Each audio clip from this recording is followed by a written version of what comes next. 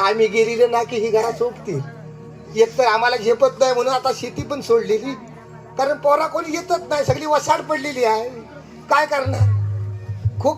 खोटं सांगण्यासारखं डोळ्यात पाणी येतं. हो, सगळं वसाड झाली शेती आणि वसाड झालं गाव.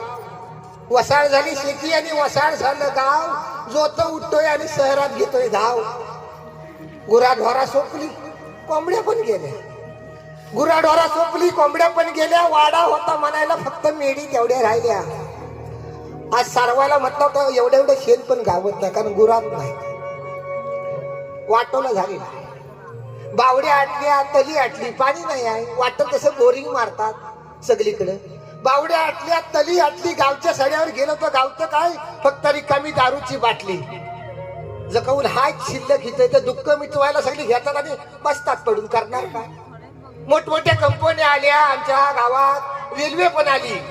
काय झालं? मोठमोठ्या कंपन्या आल्या, रेल्वे आली.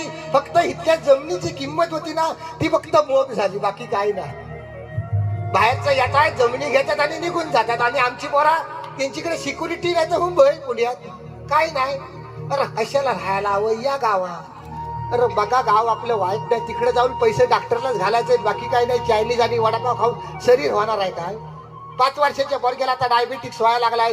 तिथं जाऊन डॉक्टरला पैसे देण्यापेक्षा 2 पैसे कमी कमवा, पण आपल्या गावात राहावा.